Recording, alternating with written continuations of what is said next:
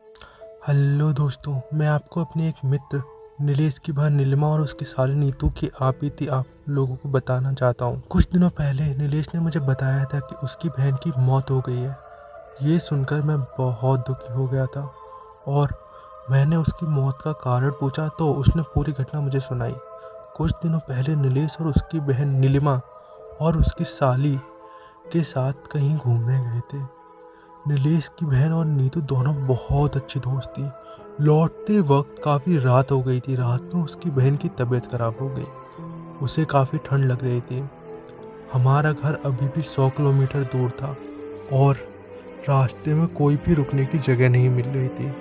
थोड़ी देर के बाद हमें एक होटल दिखाई दिया तो नीतू ने होटल में रुककर उसकी बहन को आराम देने को कहा। उस होटल के काउंटर पर जब रूम के लिए पूछा तो उसने बताया कि सभी रूम फुल थे क्योंकि उस रास्ते पर केवल वही एक ढंग की होटल थी। लेकिन तभी होटल के मैनेजर ने बताया कि एक रूम खाली था, रूम नंबर 13। हमने उस समय अंधविश्वास वाली बातों को ना सोचकर रूम ले लिया। जैसे कि आप लोग जानते हैं कि रूम नंबर 13 को अशुभ माना जाता है और कई होटलों में तो इस नंबर का कोई रूम होता ही नहीं है। लेकिन ये होटल कई साल पुराना था। जैसे ही वो तीनों उस रूम में गए उन्हें अजीब सा एहसास हुआ, उन्हें कुछ महसूस हुआ। उस रूम की कंडीशन तो ठीक थी लेकिन ऐसा लग रहा था जैसे बरसों से यहाँ कोई रहने नहीं आया हो। उन्होंने कुछ ज़्यादा नहीं सोचा। अब वो अपनी बहन नीलिमा के लिए काउंटर से पेन किलर लेने गया। काउंटर से टैबलेट लेकर जैसे ही रूम में आया तो देखा कि उसकी बहन बालकनी में खड़ी होकर किसी से बातें कर रही थी। नीलेश ने सोचा नीतू और उसकी बहन दोनों बालकनी में बातें कर रही हैं, लेकिन जैसे ही उसके पास गया तो उसकी बहन के अलावा कोई नहीं था।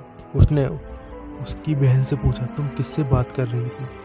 तो उसने सिर्फ सिर हिलाकर मना कर दिया। तभी नीतू वॉशरूम से आई। नीलेश घबरा गया कि अगर नीतू वॉशरूम में थी तो नीलिमा किससे बात कर रही थी। नीलेश ने नीलिमा को टैबलेट दी और सो जाने को कहा। अब नीतू और नीलिमा दोनों बेड पर सो गए और नीलेश सोफे पर सो गया।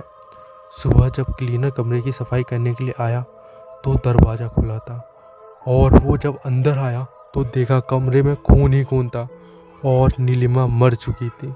क्लीनर ज़ोर ज़ोर से चिल्लाया तो मेरी नींद खुल गई और मैंने देखा कि नीलिमा की मौत हो चुकी है और नीतू बेहोश थी।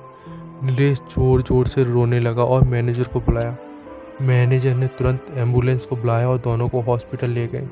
नीलिमा तो मर चुकी थी लेकिन नीतू को थोड़ी देर में होश आ गया था। जैसे ही नीतू को होश आया तो उसके पीछे उसकी बहन की आत्मा थी जो उससे बोल रही थी, तूने मुझे मार दिया। यह कहकर वो गायब हो गई। नीलिमा काफ़ी बुरी तरह से डर गई थी। अब नीलेश ने ऋतु से सारी घटनाएं पूछी तो उसने बताया जब वो रात में पानी पीने के लिए उठी तो देखा नीतू फिर से बालकनी में बैठी थी और कुछ बड़बड़ा रही थी। जैसे ही वो उसके पास गई उसने उससे पूछा कि वो क्या कर रही है तो उसने मुझे जोर से धक्का दे दिया और मैं सर से टकरा गया और मैं बेहोश हो गई। इसके अलावा मुझे कुछ याद नहीं। जैसे ही नीतू हॉस्पिटल से छुट्टी हुई तो वो नीलेश के साथ उस होटल में गई और उसने काउंटर के मैनेजर से बात करने की कोशिश की तो उससे बताया गया कि आपकी घटना के दूसरे दिन ही मैनेजर की मौत हो गई थी। वो दोनों शॉक हो गए थे। उन्होंने क्लीनर से माजरा समझने की कोशिश की तो उसने बताया कि आप जिस रूम में रुके थे उसमें वो प्रेत बाधित था और रात में वहाँ कोई नहीं रुकता है, लेकिन मैनेजर ने पैसों के चक्कर में रूम आपको दे दिया। इस रूम में पहले भी 2 मौतें हो चुकी थी। अब सारी बात नीलेश को समझ आ गई। इस घटने के बाद नीलेश काफ़ी सदमे में चला गया और उसे किसी भी होटल में नहीं रुका उस दिन के बाद। दोस्तों, कभी कभी हमें दूसरे लोगों की बातें मान लेनी चाहिए।